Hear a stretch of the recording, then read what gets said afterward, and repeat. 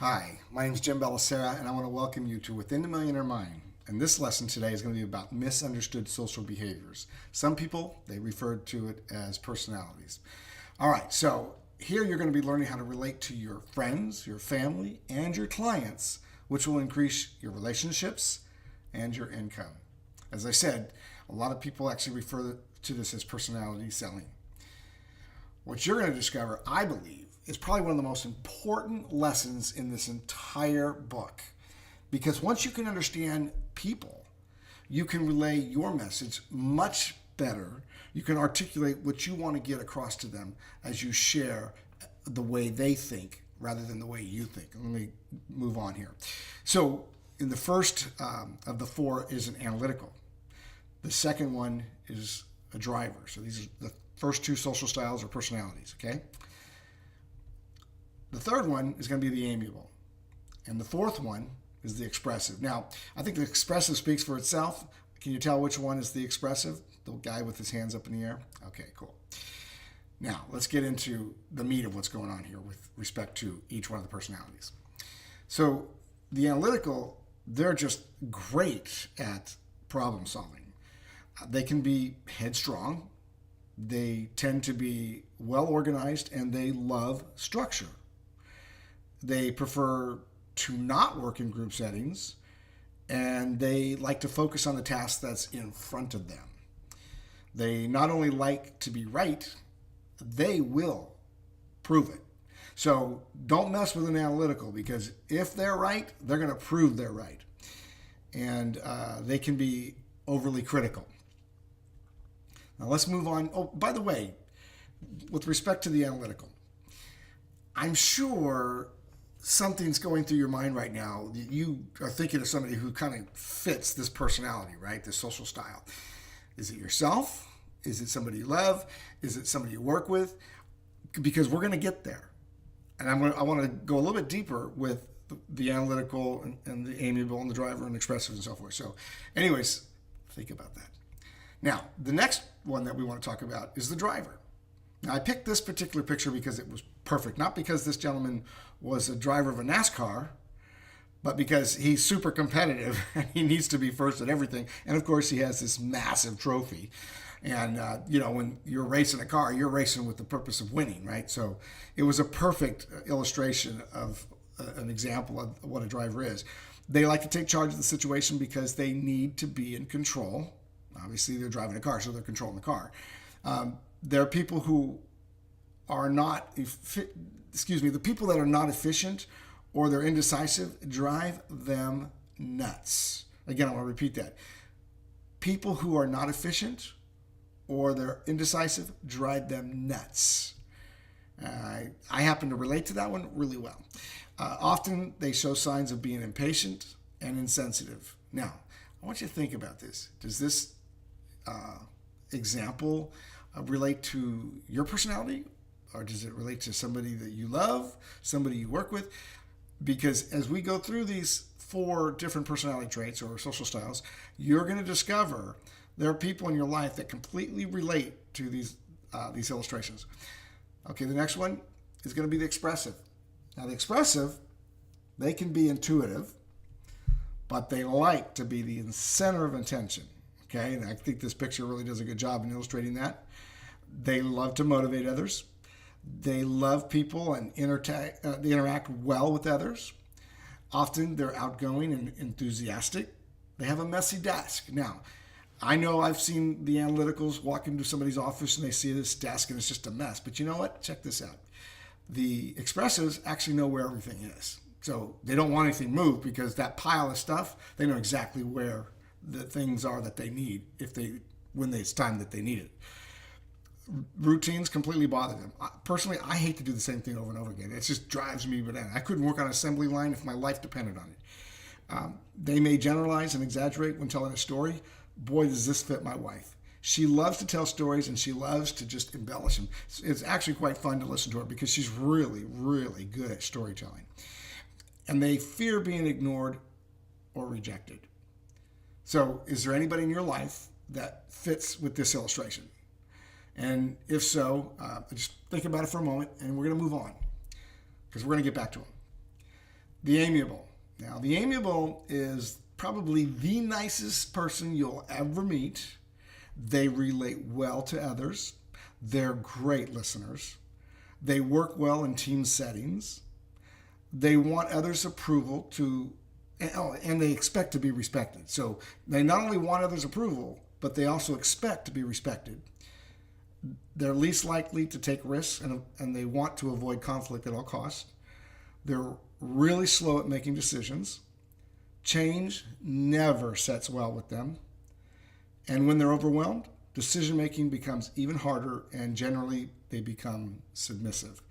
There is a trait that's not mentioned here because most people who are amiable, you don't actually get them to this point, but don't mess with an amiable. You push their back against the wall too far, too fast, and they'll become tigers. But 99% of the time, this fits perfectly as to their personality, their social style. So I do want you to think about the people that actually fit in those categories. Now, this diagram is really important because once you memorize the different personality traits or social styles of each of the people, the amiable, analytical, expressive, and driver, now you need to learn how they work with your personality. Okay, this is important because if you're trying to sell something to somebody, you need to recognize who you're talking to, not just the person, but also what makes that person tick. Okay, so for example, the analytical and the amiable, they like to ask questions. That's important. So if you happen to be, somebody who doesn't ask questions, you need to be prepared to answer questions. The the driver and the expressive, they like to tell. What that means is the driver likes to tell you what to do, and the expressive likes to tell stories. Okay, this is important. All right. Now, on another note, if you notice, the analytical is on the same level as the driver when it comes to controlling emotion. And let me explain. The analytical controls his or her own emotions, which makes it really difficult to read them. So it really would drive an expressive nuts, right? At the same time, the driver likes to control your emotions. Isn't that interesting? The analytical controls their own emotions, while the driver wants to control your emotions. Now, on the other side of the coin, the amiable and the expressive, they display emotions. So the amiable, when they're sad, they've got a frown on their face, and when they're happy, they put a smile on their face. So kind of a subdued, controlled emotion. Okay, displayed emotion. Excuse me. And then the expressive, they're all over the map. They're telling stories. They're happy-go-lucky. Their energy's high, and so on and so forth. So they're both in the process of displaying emotion. All right, now we're going to get to the next slide. In diagram 2, what you're looking at is a total conflict, okay? So you have an analytical who wants to ask questions dealing directly with an expressive. And an expressive likes to tell. They don't like to ask, and they're never prepared to answer questions because they're the kind of people that can make a decision and move forward and just want to get going and say the green light turned green, let's go. And the analytical, they don't like to move off the dime until they know what, why, and how. And so that's the first part of the conflict that's going on here. Now, the other part is the analytical likes to control their emotions, right? So they're very difficult to read. Where the expressive, it would drive an expressive nuts because he would have a difficult time trying to actually read that person to understand, okay, what do I need to do next with this guy? Well, it's because they're not paying attention. They've got to learn to listen. Okay, so that's a conflict with those two people, those two different types of personalities and social styles. So they're like a magnet that repels each other. Now, on the other side, you got diagram 3, and an amiable and a driver are a direct conflict because the driver, as I've mentioned before, loves to tell you what to do. They like to be in control, and the amiable, they want to ask questions, and they don't want their emotions to be controlled, but the driver wants to control them. So it's really interesting dynamic when you actually understand these different personalities and how they can conflict with each other. Now, that doesn't mean you can't make it work. It's just if no one educates any of these personalities, then it's 100% conflict all the time if you put the wrong personalities amongst each other. At the same time, I will tell you that being married to my wife Donna, it's awesome because she might be expressive, but she's also analytical. She gets things done. She's amiable, which makes it easier for me to work with her. At the same time, we both understand each other. Now, let me go on a little bit further here. I want to talk about an exercise for you to do. I want everybody to participate. So, why did I pick this picture? I actually picked this picture on purpose. Now, it did get, I did see it really quick with my eyes. I mean, I was like, oh yeah, I got to go with this. But I did it on purpose. Why? Because this picture actually illustrates my mindset. I'm a driver expressive, right? So my driver tendencies and my expressive tendencies happen to be relatively close to each other. I like to have fun. And when I saw the picture, I'm thinking to myself, okay, everybody's participating in this party in this picture. So I want everybody to participate in our party, in our exercise, because I want you to write down what social styles represent you most in order of your strongest to your weakest. And I'm going to give you my example, okay? I think my strongest personality happens to be, or my social style happens to be that I'm an expressive, okay? I have all the tendencies, every one of them actually, that was shared earlier. My second strongest personality is definitely a driver, no question about it. Because I even believe that the Nike saying is "just do it." I think I came up with that phrase before they did. Seriously. And then my third strongest personality or social style is analytical, and I have no amiable whatsoever. But I went ahead and wanted to let you know that, I guess, because I'm an expressive. I want to tell the world everything. Okay, so now I want you to take the time and do that. Now I want you to write down the top 2 social styles that best represent your significant other. This is important because if you've never thought about this, now you're going to think about it. And now you're going to look at your significant other in a totally different light. And it's going to help you when it comes to conflict. And you're going to understand them better. Same thing when it comes to your children. I want you to write down the top 2 social styles that represent your children's personalities. This is really important. I'm going to give you another example. My son, when he was really young, I'm going to guess he was probably around 6 years old, that I finally identified, and it probably came from some of the learning that I had here, that I identified how to work with my son. My son, he's a real driver expressive. I mean, more than me, I think.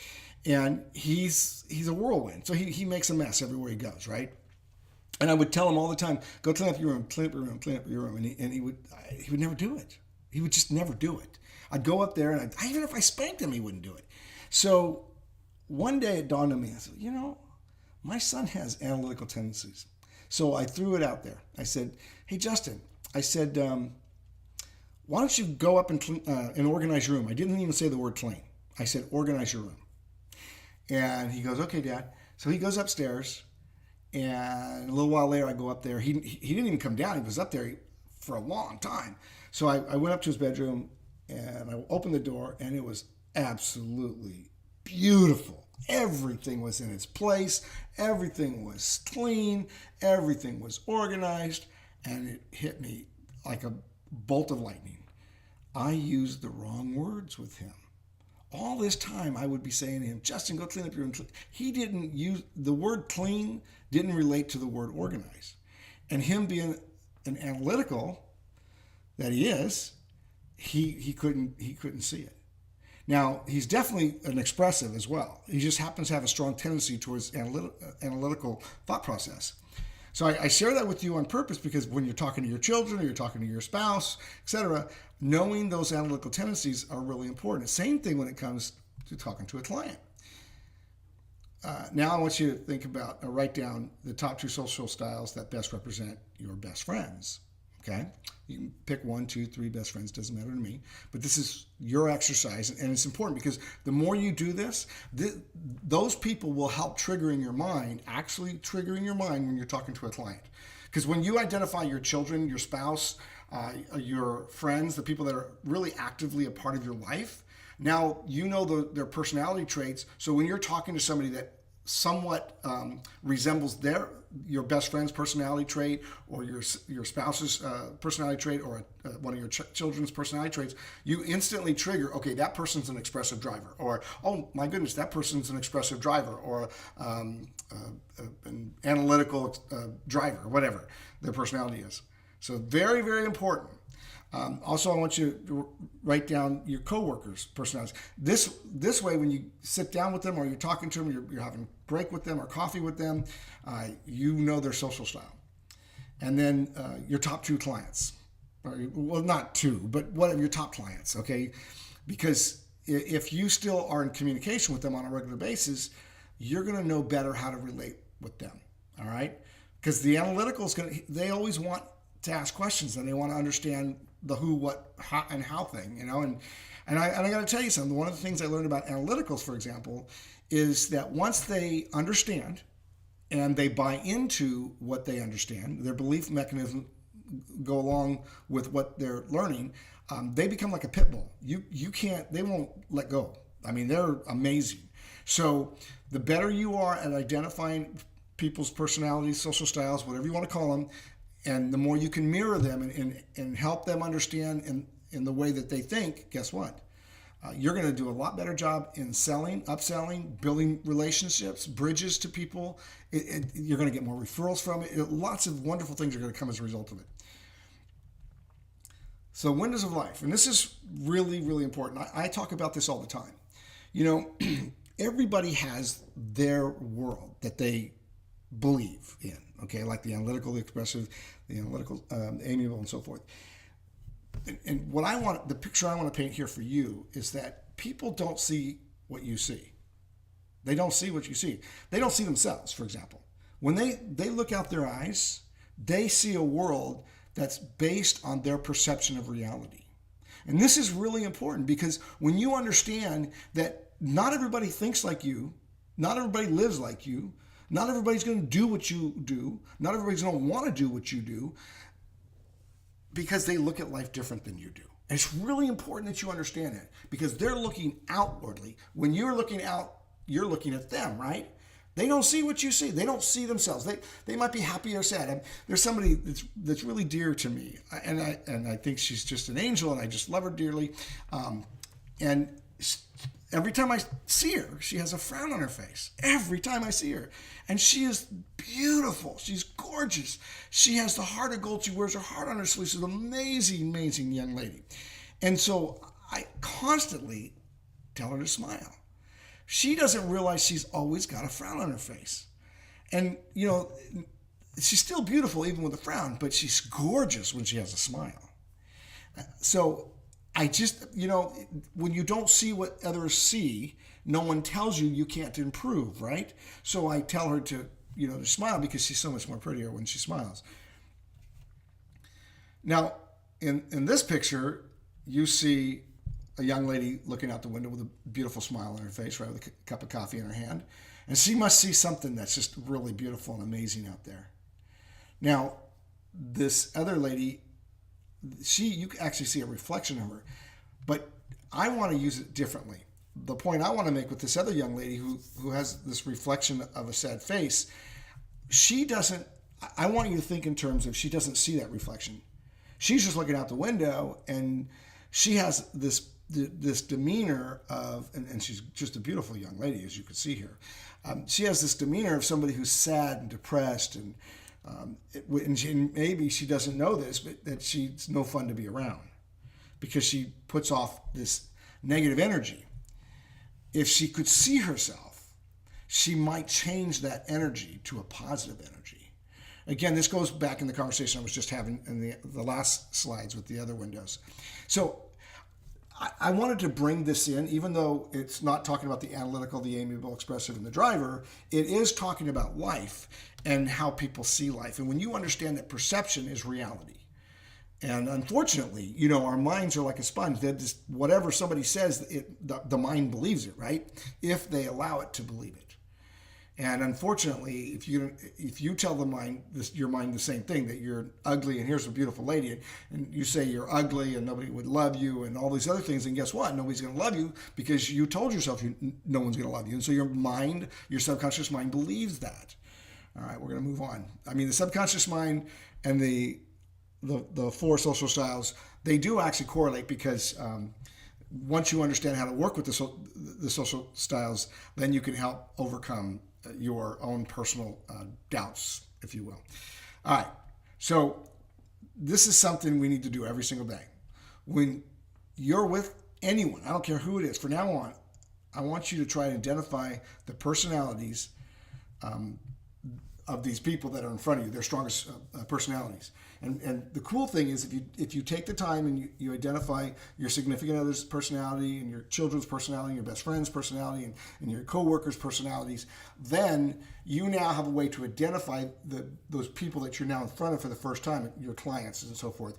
And what's really going to be cool is if you're sitting down with a brand new client for the first time, and as you begin to listen to them speak, you begin to identify their strongest personalities or social styles. And like for someone like my son is he's actually an expressive analytical driver. Okay, how crazy is that? He's very strong in all three, which I am too, but he's more of an expressive driver, and well, I guess him and I actually have the same personalities. But my point is, when I see somebody who's like that, I think of my son. Because my son is somebody who's so in my life. I love him to death. I mean, I think about him all the time. So it's easy for me to correlate my son's personality with a brand new person I just met. Okay?